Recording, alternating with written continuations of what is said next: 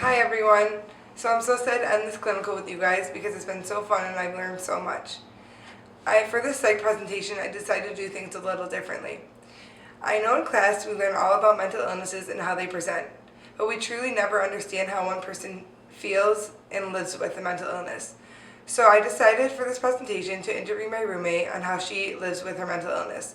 So in the next few minutes, she will talk to you about a day-to-day basis with her mental illness. Thank you. Hello everyone, my name is Megan and I'm Eva's roommate. Today I'm going to tell you a little bit about how I suffer from anxiety.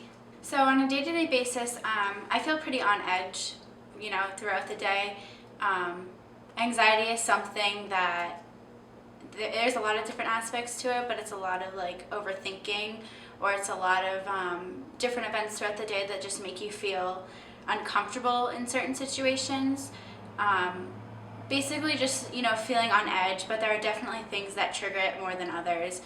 This being traveling public transportation, especially really early in the morning or really late at night, on the Boston T where it's crowded and you have to wait forever. That's definitely something that gives me anxiety. Another thing that gives me anxiety is driving in the car.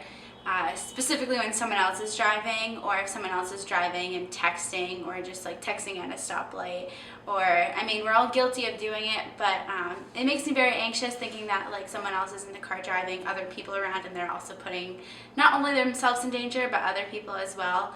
That is something that definitely makes me feel a little uneasy, and there are certain people that drive, like my parents or a couple of my friends, that I get a little more uneasy. I'm always the first one to offer to drive places if my friends and I go out anywhere. Another thing that makes me anxious is when people are late to class or when I'm late to class. I am always 15 to 20 minutes early to class every day, and if I'm even 5 minutes late, or if I get there at say about 8 a.m. and if I get there at 7:55 or 7:58, it's totally starts my day off in a wrong way. And with that being said, it's even when people are showing up late to class when the professor has already started teaching and people come in late. I understand that stuff happens, but that's just personally one of the things that's just I don't, it's uneasy for me. It's unsettling. I've only had a few panic attacks thus far, or anxiety attacks. And when I get them, it's usually the first couple of times that I got them, it was triggered by something that was stressing me out, and then the feeling that I was about to get it was my throat started getting really wet, and then it was I was about to vomit.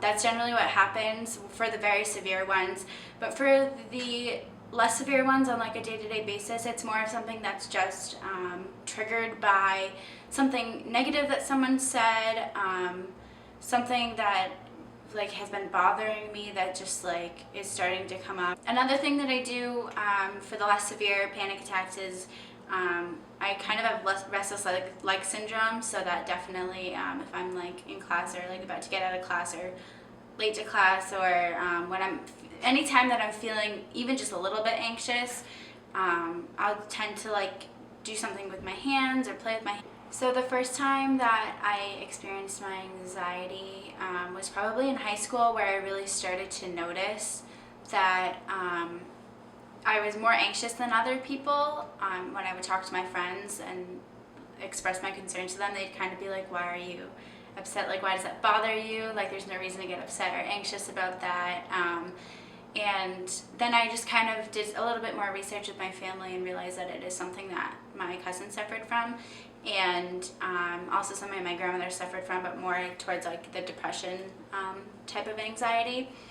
And then it just went on through high school, and I did a pretty good job coping with it until my senior year of high school, when I went to Florida with my mom for a long weekend. And I love to fly and I love to travel, and all of a sudden I just had a wicked bad panic attack on the plane as we were going up into the air, and I just started throwing up in the little brown bag, and my head was spinning, my heart was racing. It felt like the plane was about to crash, even though everything was fine and it was a normal plane ride for other people. That was when I started to realize that it was more severe, more things were able to trigger it than I was aware of, and panic attacks are one of those things that some people don't really notice when they're about to come on, and that was what happened with me. It just kind of, I had a panic attack on the plane, and it was like so sudden, so out of nowhere.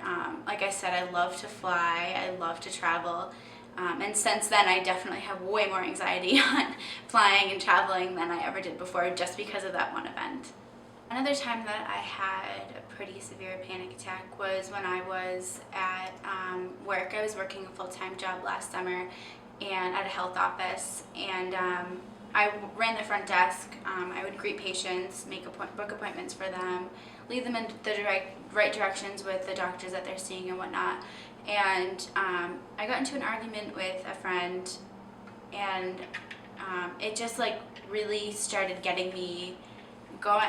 Made me very upset, and then I just kind of like broke down. I started shaking a lot, feeling like I was about to vomit, and I ended up having to leave that day.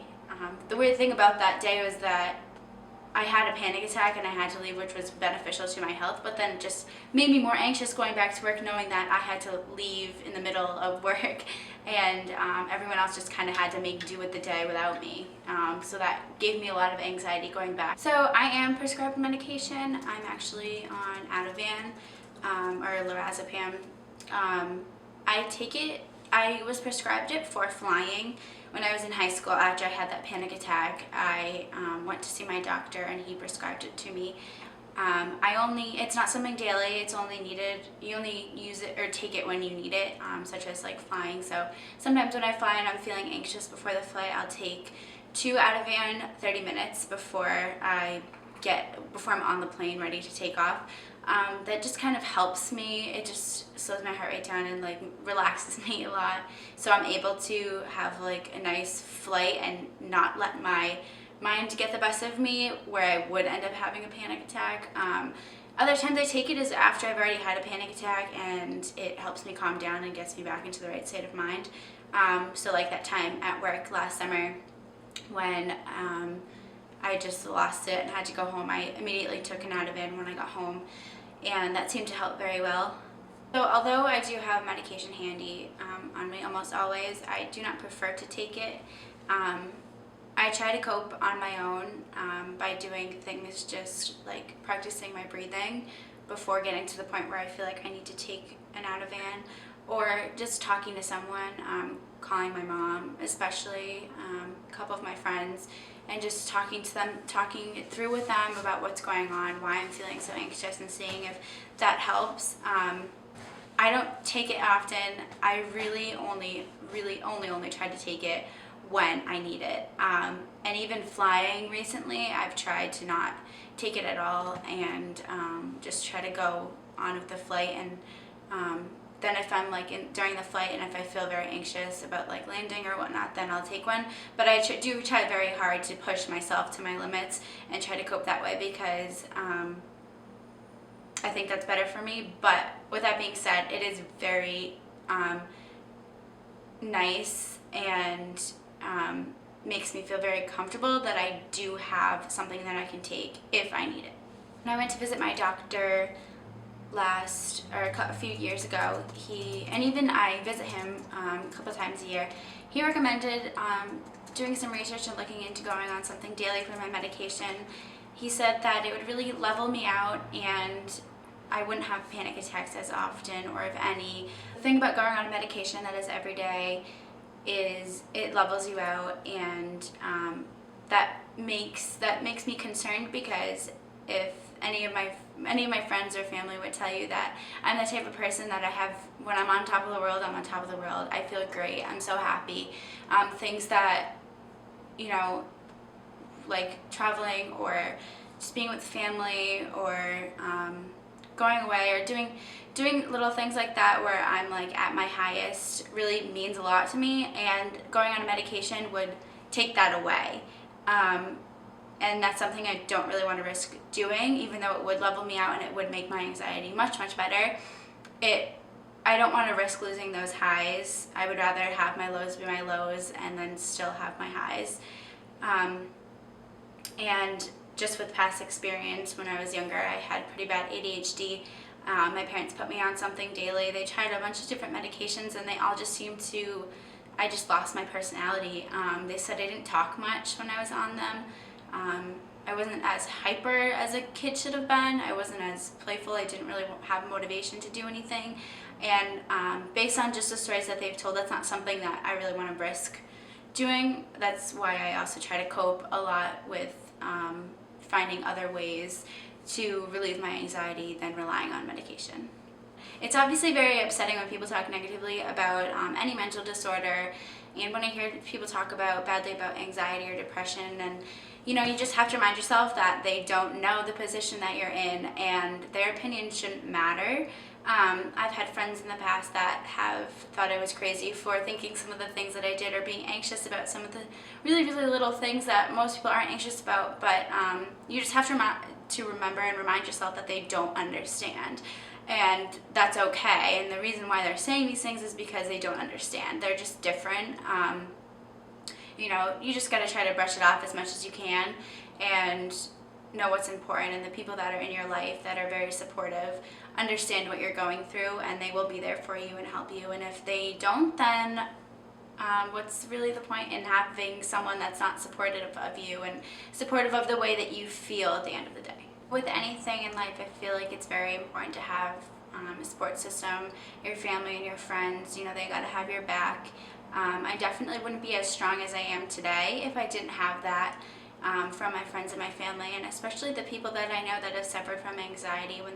When I reached out to them and kind of told them that I was also suffering from the same thing, they really made an effort to talk to me and remind me of important things, and remind me that it's going to be okay, and that the way that I feel is totally normal in that type of community.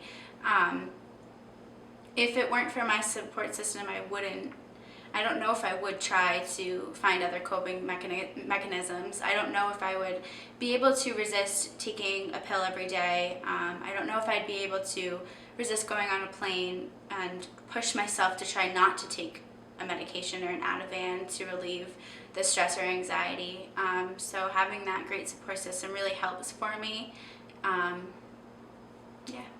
For a couple sessions, I did try to go see a therapist, and she was a family therapist, so she did not specialize in anxiety or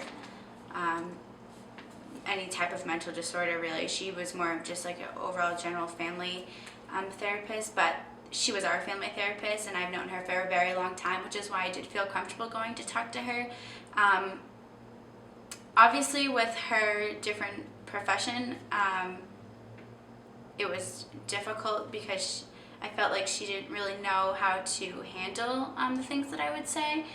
She made me feel like I had a serious problem, and that I didn't need to suffer anymore, and that it was all in my hands to make me feel better. And she was right, but hearing that really scared me, because I do feel like I have a pretty good grasp on my feelings and on reality, and how sometimes the way I feel isn't realistic, and I know that. So for her to kind of tell me that I was suffering and I didn't need to suffer anymore, and that it got out of hand, and like things like that, it made me feel worse. I mean, it didn't make me enjoy talking to her or want to go back to see her. It just made me feel like, if I'm going to talk to someone about this, I need them to be encouraging and supportive.